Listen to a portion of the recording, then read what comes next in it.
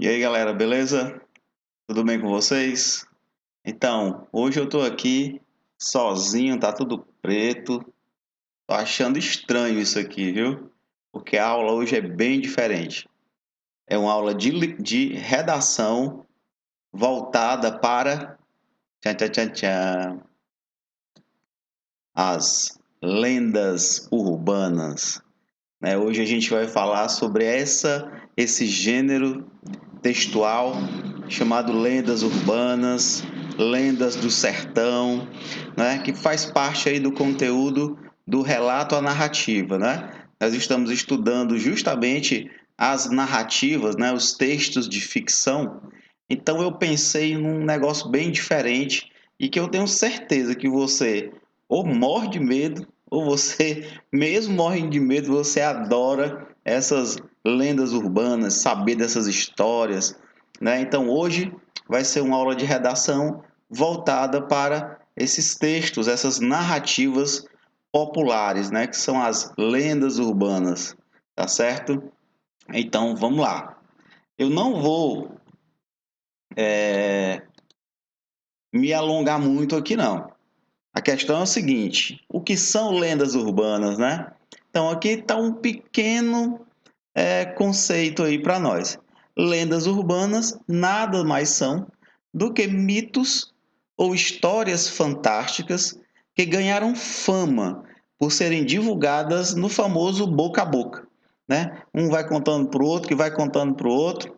Essas lendas, essas histórias fantásticas, né? É sempre assim. Alguém diz que aconteceu com o meu amigo, que aconteceu com alguém da família, que o avô contou, que a mãe contou, que o pai contou, que o colega contou aquela história. E sempre ela tem esse fundo de verdade, né? Como se realmente tivesse acontecido. Então, tente pensar aí, quais histórias você conhece, né? Quais lendas urbanas você já ouviu? Você já contou até para os seus colegas, né? Quantas? Então, e é sempre assim, né, pessoal? É verdade esse bilhete, né? Como diz o meme aí. Então, sempre a lenda ela tem um fundo de verdade. Então, a gente tem que entender basicamente é o seguinte: toda lenda urbana, na verdade, é uma história, é uma narrativa, tá certo?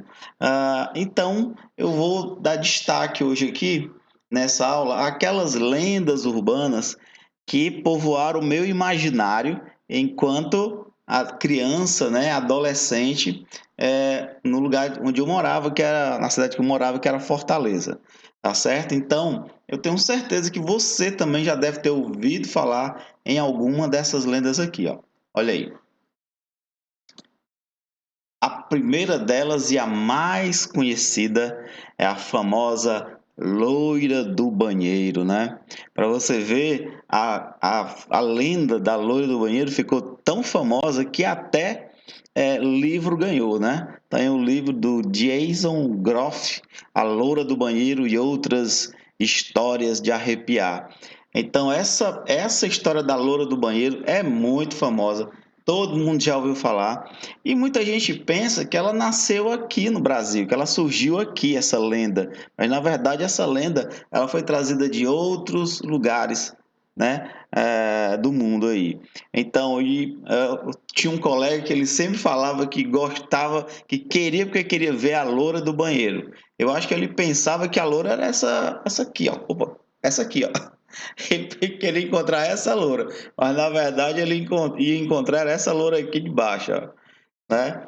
Então, sempre fazendo essas piadas e o pessoal morria de medo da história da lenda, da história da loura do banheiro. E outra coisa interessante dessas narrativas é que cada vez que a gente ouvia, sempre tinha algo a mais, né? Alguém contava algo a mais sobre a história, né? Ou criava uma nova aventura para a loura do banheiro. Né? Então, isso é uma característica desses contos populares, dessas narrativas populares. Quando elas são contadas de boca a boca, então as pessoas podem aumentar a história, diminuir a história, tá certo? Outra coisa muito, muito famosa na minha época de criança era o boneco, né? Um boneco de um personagem de programa infantil chamado Fofão, né? Esse aí que você está vendo. Existia a lenda urbana de que dentro desse boneco, esse boneco das bochechonas que você está vendo, ele possuía aí dentro dele uma faca, né? Um punhal, né? Como o desenho aqui está mostrando. Então tinha um punhal dentro dele e se você inventasse de dormir, né? Caso o seu pai, não sei por quê, né, pessoal? Talvez por maldade. Quer dizer, eu vou dar um boneco para assustar meu filho pro resto da vida, né? Para traumatizar meu filho. Ah, vou dar um fofão, né? Se a criança conhecesse a história do fofão, ele não queria de jeito nenhum esse boneco, né? E nós que éramos mais velhos, vamos dizer assim, né? Crianças maiores, o que a gente queria, na verdade, era saber se tinha mesmo esse tal desse punhal dentro do fofão, né? Outra é dos filmes de história, né? Dos filmes de terror, o Chuck, que é esse boneco aí com a cara simpática que tá com a faca na mão que você tá vendo. Esse daí também era o terror, né? Assistir o filme do Chuck era mesmo que você tá assistindo a um pesadelo. E hoje, percebendo, eles tinham roupas parecidas, né, pessoal? Olha só a roupa do Fofão, olha só o macacão do Chuck aí também, né? Outra lenda urbana que existia na minha infância, né, era a lenda da boneca da Xuxa, né? Dizia que a boneca da Xuxa, se ela tivesse amaldiçoada, ela poderia matar a criança com as suas unhas. As unhas iam crescer e iam matar a pessoa. Então, essas histórias, elas tinham todos os elementos de uma narrativa. Tinham o tempo da história, né? Se passava à noite, madrugada, o lugar, né? Era numa rua deserta, era em um lugar escuro, ermo. Tinha os personagens, né? Personagem aí, o próprio boneco assassino e tal, a loura dentro do banheiro, né? O lugar, o banheiro, a personagem colocada. Tinha também as características desses personagens, né? E também aquilo que esses personagens faziam. Então, é uma história realmente super bem montada e super bem criada, assim, organizada, né? Com início, meio e um fim que geralmente era um clímax, né? Um momento ali que o boneco ou a bonequinha ou então a loura do banheiro ia atacar a pessoa, né? Era desse jeito. Então, vamos passar para outra lenda que essa foi uma das mais interessantes da minha adolescência. Olha só, a perna cabeluda. Quem aqui já ouviu falar na perna cabeluda? Tinha até desenho da perna cabeluda. Tinha foto. O pessoal falava em foto da perna cabeluda, porque nós acreditávamos que realmente essa perna atacava as pessoas. E assim, a lenda da perna cabeluda, a narrativa propriamente dita, ela não surgiu no Ceará. Ela vem de Pernambuco, né?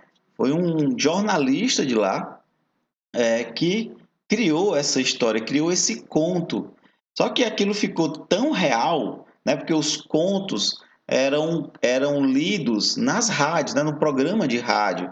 Então existia uns programas de rádio chamado radionovela e existia a radionovela da perna cabeluda.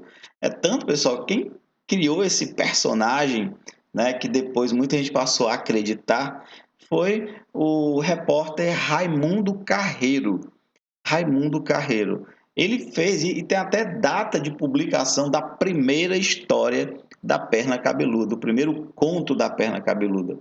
Foi num domingo, no domingo 1º de fevereiro de 1976.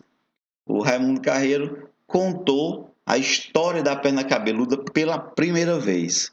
Só que ele contou de um modo tal, o texto era tão bem escrito, que as pessoas passaram realmente a acreditar, né? Uma imagem que eu achei bem interessante é justamente dessa aqui, saber qual dessas era a perna cabeluda, né? esse meme aí que você está vendo aí embaixo. Então é isso, galera. Eu queria falar sobre esse gênero muito importante para a nossa cultura, né? Que é o gênero lenda urbana. Eu queria saber realmente se vocês conhecem alguma lenda urbana, alguma história que o avô, o tio, a tia contava para vocês, tá certo? E essa vai ser a nossa atividade dessa semana, tá? E tem uma coisa bem bacana para vocês também. Lá na nossa web rádio, na web rádio Assis Bezerra, você vai poder escutar a primeira lenda, a primeira história da perna cabeluda.